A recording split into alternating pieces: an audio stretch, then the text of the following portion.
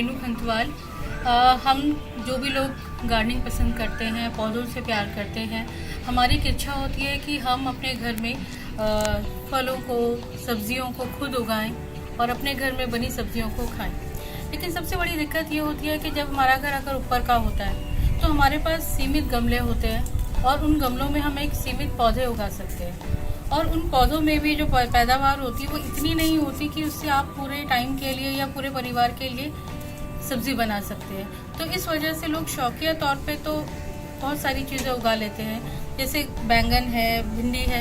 ये ऐसी चीज़ें होती हैं कि आप 1 या 2 पौधे उगाएं तो उससे आपके पूरे परिवार का बनता नहीं है। तो ऐसे में क्या किया जाए कि आप गमलों में पौधे उगाएं और आपको इतनी मात्रा में सब्जी मिल जाए कि आपके पूरे परिवार का जुगाड़ पूरा हो जाए एक टाइम की सब्जी का, और आप बार बार हर हफ्ते एक दोबारा से उस सब्जी को बनाने के लिए तैयार हो जाए आपके गमले में वो सब्जी।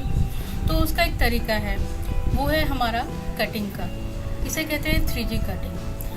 3G कटिंग माने क्या है, ये मैं आपको पूरा एग्जाम्पल के साथ बताना चाहूँगी। तो देखते हैं क्या है 3G कटिंग। ये है मेरा बैंगन का पौधा, इसमें मैंने 3G कटिंग की है और इसे मैं बताती हूँ कि 3G कटिंग क्या है।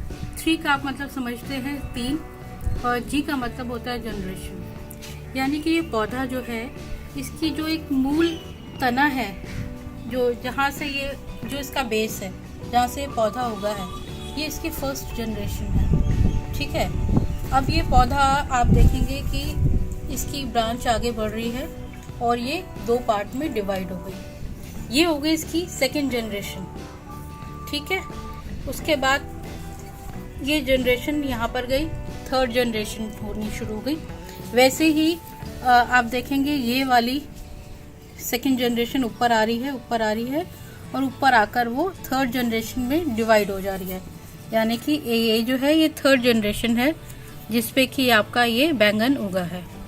दोस्तों, जो फर्स्ट जनरेशन की ब्रांच होती है और सेकेंड जनरेशन की ब्रांच होती है, उसमें मेल फ्लावर ज़्यादा आते हैं, और जो थर्ड जनरेशन की ब्रांच होती है उसमें फीमेल फ्लावर ज़्यादा आते हैं।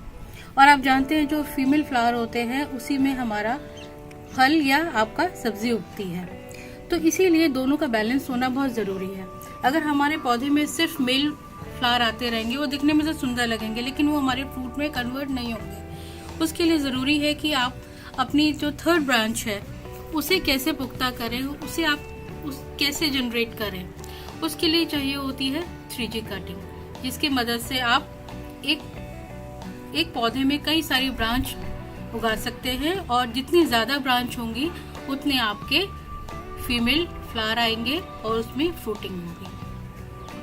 मैं आपको बताती हूँ कि 3G कटिंग कैसे की जाती है। ये है मेरा भिंडी का पौधा, ये अभी उग रहा है। जब इसमें लगभग 4 से 5 पत्ते आ जाएंगे तो जो इसका ऊपरी सिरा है मैं उसे हाथ से तोड़ के अलग कर दूंगी। जैसा कि ये वाले पौधे में ये देखिए, ये जो उसका ऊपरी सिरा था इसे मैंने तोड़ के ऊपर से हटा दिया। उससे क्या हुआ कि जो मेन तना है, जो मेरी बाकी की ब्रांच थी, बाकी के पत्ते थे, उसमें कई सारी ब्रांच आनी शुरू हो गई।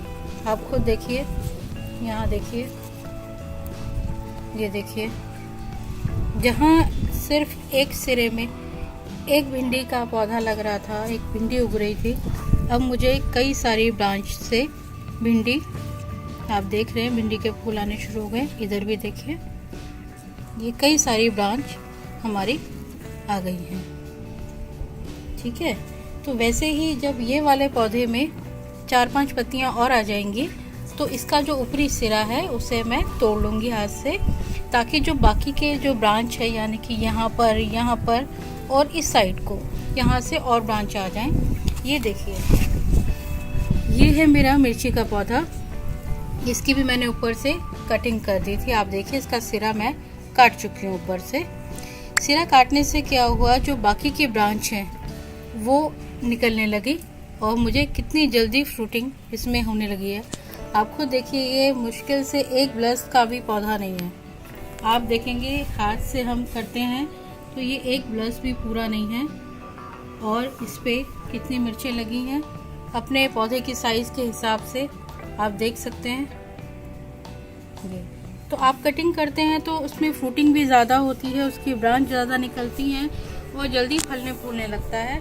वैसे ही ये देखिए, ये मेरा एक और पौधा है, ये शिमला मिर्च का पौधा है। इसमें भी मैंने 3G कटिंग कर ली। अब देखिए, ये एक पौधा है, इस एक पौधे में आप ब्रांच देखिए कितनी ब्रांच ये निकल गई। और अब इसमें जब फल आएंगे, शिमला मिर्च लगेगी तो कितनी मात्रा में लगेगी आप अनुमान लगा सकते हैं।